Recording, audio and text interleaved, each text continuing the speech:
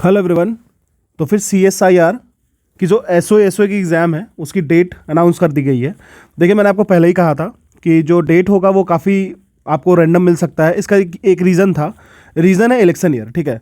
तो CSIR वालों ने इसकी डेट को अनाउंस कर दिया है। बेसिकली जो स्टेज 1 और स्टेज 2 एग्जामिनेशन है वो जो होगा, मोड ऑफ एग्जामिनेशन जो होगा वो CBT होगा, ठीक है, कंप्यूटर बेस्ड टेस्ट होगा।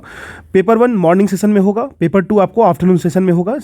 अगर हम लोग बात करें एग्जामिनेशन डेट की तो ये आपको 5 फरवरी से लेकर के 20 फरवरी के बीच में हो सकता है, ठीक है। 5 फरवरी से 20 फरवरी के बीच में। पेपर 1 का रिपोर्टिंग टाइम 8:30 AM है। एग्ज़ाम टाइम जो है वो 10 बजे से लेकर के 12 नून तक है। पेपर 2 रिपोर्टिंग टाइम आपको 1:30 PM है। एग्ज़ाम टाइम आपको 3 से लेकर 5:30 PM है।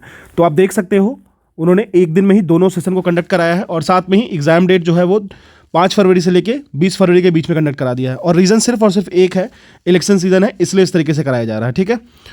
और फिर एडमिट कार्ड जो है वो रिलीज कर दिया जाएगा। जो भी पोस्ट होगा उसको इस लिंक पे जाकर क्लिक कर सकते हो। मॉक टेस्ट के लिंक भी वो लोग प्रोवाइड कर देंगे एज पर देम, ठीक है। तो उसमें बहुत कुछ जानने वाली बात नहीं है, बट हाँ, डेट आ गया एग्जामिनेशन का, आप उसको इसी तरीके से प्रिपेयर करो।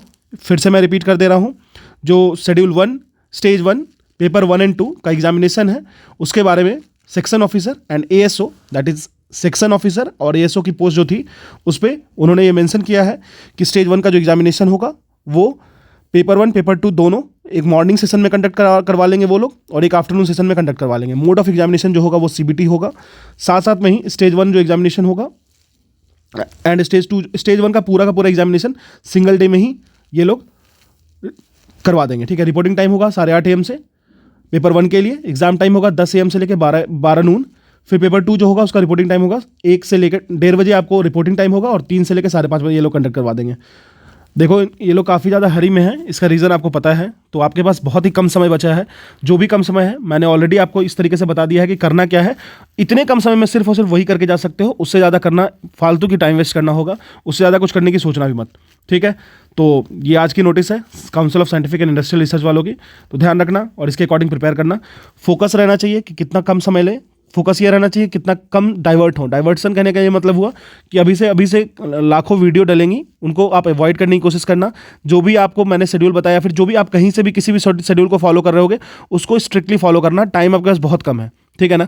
अगर मान लो आपकी एग्जाम 10 तारीख को है, ठीक है, अब 5 तारीख से लेकर 20 तारीख के बीच में कभी भी कंडक्ट कराया सकता है। तो हो सकता है 11 तारीख वाले कहीं कोलाइड ना कर जाए, लेकिन नहीं करेगा। मेन RO का एग्जाम है 11 फेब को, if I am not wrong. तो 11 तारीख को एग्जाम होगा तो नहीं करना चाहिए। लेकिन उस बीच में अगर आपको एग्जाम है तो समझ लो हार्डली आपके पास बहुत से बहुत बचा है, तो मुश्किल से 20 दिन बचे हैं।